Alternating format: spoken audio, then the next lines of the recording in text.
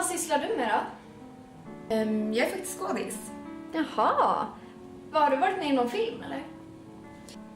Ja, jo, eller...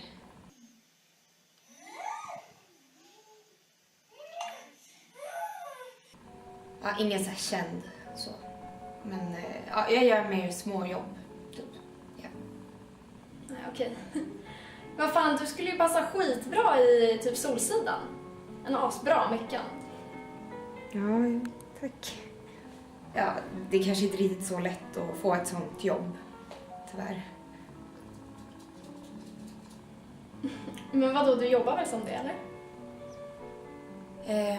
Ja, eller man kan säga att jag frilansar.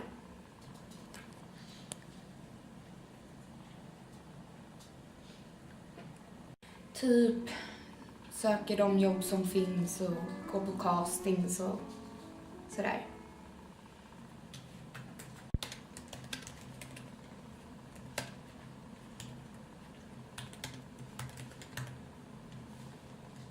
Ja, men nice. Och sen får du spela in efter det, eller?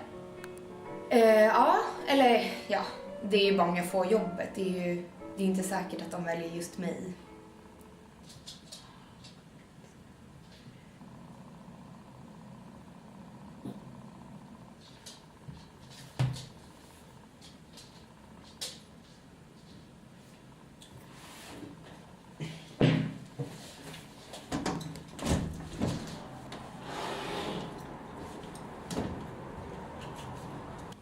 Vadå, varför inte? Du är väl duktig, eller?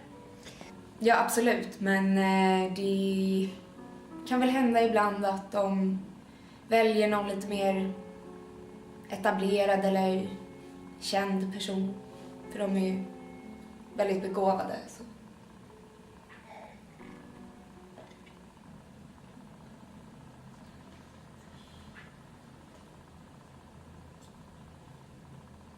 Nu jävlar.